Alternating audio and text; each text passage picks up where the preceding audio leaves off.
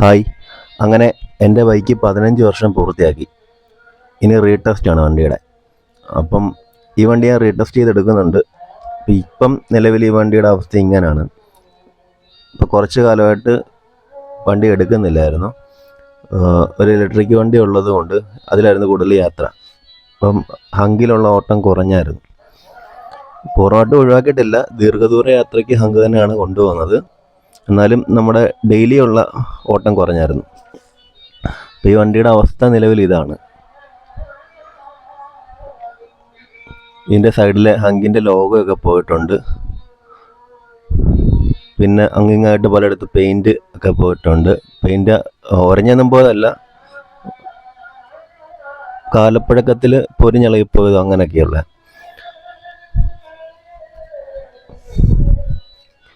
ഇപ്പം ഈ വണ്ടി 2011 മോഡലാണ്.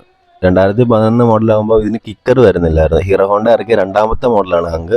ആദ്യം ഒരു മോഡൽ ഇറക്കിയിരുന്നു. അത് ഡിജിറ്റൽ മീറ്റർ ഒന്നുമല്ല, അനലോഗ് മീറ്ററും ബാക്കിൽ ടെയിൽ ലാമ്പൊക്കെ റെഡ് കളറായിരുന്നു. അങ്ങനെ ചെറിയ വ്യത്യാസങ്ങളുണ്ട്.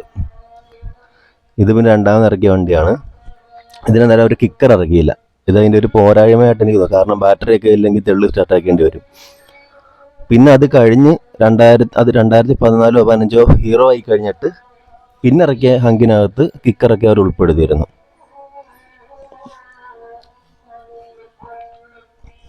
ഇതാണ് വണ്ടിയുടെ അവസ്ഥ.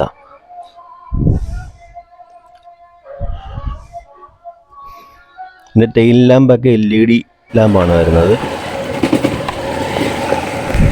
വണ്ടി ഇത് ഏത് റോഡിൽ കൂടിയും ഓടിക്കാം. ഇതാണ് ഇതൊരു ഗുണം. നമുക്ക് ഹൈറ്റ് ഉള്ളവർക്കൊക്കെ സുഖമായിട്ട് കൊണ്ടുപോകാൻ പറ്റിയ വണ്ടിയാണ്. പിന്നെ ഏത് കട്ടറുള്ള റോഡാണെങ്കിലും നമ്മുടെ കേരളത്തിലെ റോഡിൻ്റെ അവസ്ഥ അറിയാമല്ലോ. അങ്ങനത്തെ ഏത് റോഡിൽ കൂടി ഹങ്ക് സൂപ്പറായിട്ട് കൊണ്ടു നടക്കാൻ പറ്റും. അത് ആ ഒരു കാരണമുണ്ട് ഈ വണ്ടി ഞാൻ ഉപയോഗിക്കാൻ.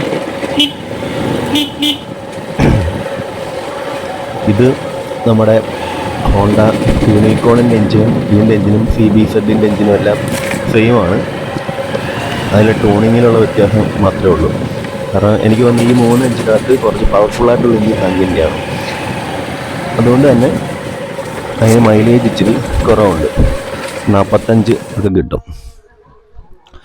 യൂണിക്കോൺ ആയിരുന്നെങ്കിൽ 50 ഒക്കെ മൈലേജ് കിട്ടും. 50 അല്ല 60 ഒക്കെ കിട്ടുന്നവരുണ്ട്. പക്ഷെ ഹങ്കിന് അങ്ങനെ ഇതിനെനിക്ക് നേരെ കുറവായിരുന്നു. 35-30 ഒക്കെ കിട്ടിക്കൊണ്ട് ടൈം ഉണ്ടായിരുന്നു.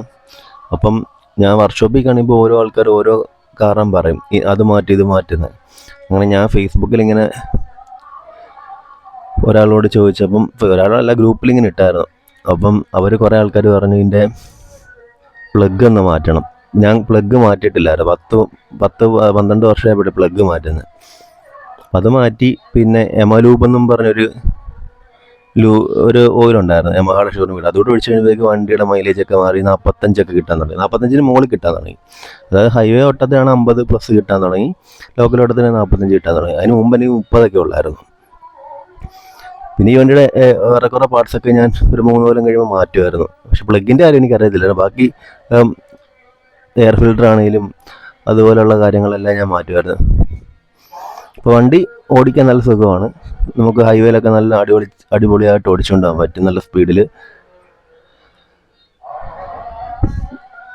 പിന്നെ ഇതിൻ്റെ ടെസ്റ്റായെന്ന് പറയാമല്ലോ. അപ്പം ചിലരൊക്കെ പറയുന്നതൊക്കെ ഇതിൻ്റെ പാർട്സ് കിട്ടത്തില്ല, വണ്ടി നിർത്തിയതുകൊണ്ടെന്ന്. പക്ഷേ ഇതിൻ്റെ എല്ലാ പാർട്സും കിട്ടും. കാരണം ഇതിൻ്റെ എൻജിൻ ഹോണ്ട യൂണിക്കോണിൻ്റെ വരുന്നതുകൊണ്ട്, യൂണിക്കോൺ ഇപ്പോഴും നിലവിലുള്ള വണ്ടിയാണല്ലോ, അപ്പോൾ എൻജിൻ പാർട്സ് എല്ലാം കിട്ടും. പിന്നെ ഇലക്ട്രിക്കൽ പാർട്ടും, ഇപ്പോൾ അതായത് നമ്മുടെ സൈഡിലെ സ്വിച്ചസ് ഒക്കെ ആണെങ്കിലും അങ്ങനെയുള്ള കാര്യങ്ങളെല്ലാം യൂണിക്കോണിൻ്റെയാണ് വരുന്നത്. അതെല്ലാം നമുക്ക് മാറ്റാൻ പറ്റും, എല്ലാ പാർട്സും. പിന്നെ സൈഡ് പാനൽ, ടാങ്കിൻ്റെ സൈഡ്, അങ്ങനത്തെ കുറച്ച് ഐറ്റങ്ങളുണ്ട് കിട്ടാൻ ഷോർട്ടുള്ളത്. അതും കിട്ടും. അപ്പോൾ ഞാനിത് ടെസ്റ്റ് ആകുമ്പം അതിൻ്റെ ഒരു വീഡിയോ ഇടാം, എന്തൊക്കെ പാർട്സ് മാറ്റി എത്ര വിലയായി എന്നൊക്കെ പറഞ്ഞ്. ഹങ്കൊക്കെ എടുത്തിട്ട് ആരെങ്കിലും റീടെസ്റ്റിന് വേണ്ടിയൊക്കെ ഇട്ടേക്കുന്ന ആൾക്കാരുണ്ടെങ്കിലേ ചെയ്തിടുന്നത് നല്ലതാണ്. പിന്നെ നമ്മളിപ്പോൾ ടെസ്റ്റ് ആണെങ്കിലും ഒരു ദിവസം പെൻഡിങ് ആയിക്കഴിഞ്ഞാൽ 3000 രൂപയൊക്കെ ഫൈൻ അടയ്ക്കണം. അങ്ങനെയൊക്കെ കുറേ നിയമങ്ങളിപ്പോൾ വന്നിട്ടുണ്ട്. പിന്നെ ഇതിൻ്റെ ടാങ്ക് ഇപ്പം പെട്രോൾ ടാങ്ക് ആണെങ്കിലും വേറെ ഏതൊരു ബൈക്കിന് ഇപ്പം ഇവർ തന്നെ ഇറക്കുന്നുണ്ട്. എക്സ്ട്രീം ആണോ ഏതൊരു ബൈക്കിന് വേണ്ടി ഈ ടാങ്ക് തന്നെ യൂസ് ചെയ്യുന്നത്. അപ്പോൾ ടാങ്കൊക്കെ കിട്ടും.